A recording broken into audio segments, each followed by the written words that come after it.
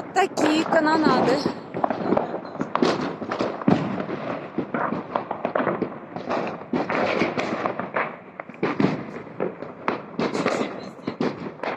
Со всех сторон.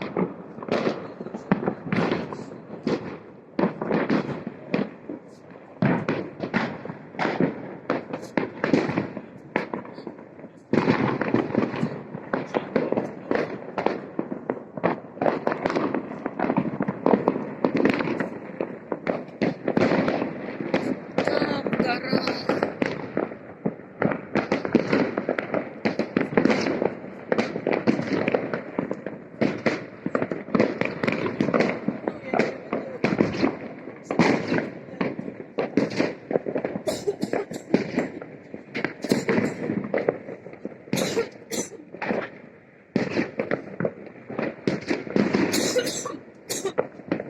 Но не жарко.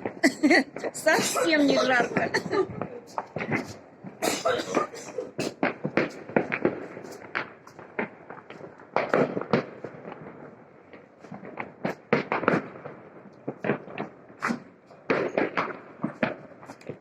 У нас, знаешь, дома... Тортик надо разобрать.